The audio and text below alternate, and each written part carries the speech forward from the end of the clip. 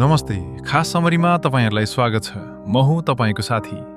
आज हामी चर्चित नेपाली सिरियल बुहारीको पछिल्लो भाग 279 मा घटेका मुख्य घटनाक्रमहरूको बारेमा कुरा गर्नेछौँ। कथाले अहिले निकै गम्भीर र भावुक मोड लिएको छ। यो भागमा रामको घरको अवस्था निकै दयनीय देखिएको छ। कमलाको यादमा राम यति विक्षिप्त छन् कि उनले घर र परिवारको कुनै वास्ता गरेका छैनन्। बुढो बुवा आफै पानी भर्न जाँदा लड्नु भएको दृश्यले परिवार कसरी छिन्न भिन्न भएको छ भन्ने देखाउँछ। यही कारणले गर्दा राम रमेश दाइसँग मिलेर मुनालाई लिन माइती पुग्छन्। तर कथामा नयाँ ट्विस्ट तब आउँछ जब दुर्गा आमाले मुनालाई पठाउनुको साटो उल्टै डिभोर्सको माग गर्नुहुन्छ।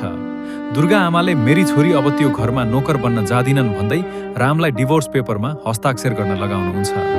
रामले पनि कुनै प्रतिवाद नगरी कागजमा ल्याप्चेर हस्ताक्षर गरिदिन्छन्। रामले सजिलै डिभोर्स पेपरमा हस्ताक्षर गरेपछि मुना पूर्ण रूपमा टुट्छिन्।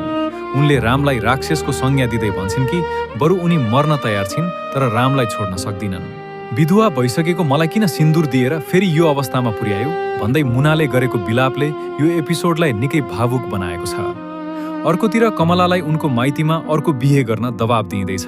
तर कमलाले आफ्नो सिउँदोको सिन्दुर कहिले नमेट्ने अडान लिएकी छिन्। मालतीले अझै पनि झुटो फोटो देखाएर कमलालाई भ्रममा पार्ने काम जारी राखेकी छिन्।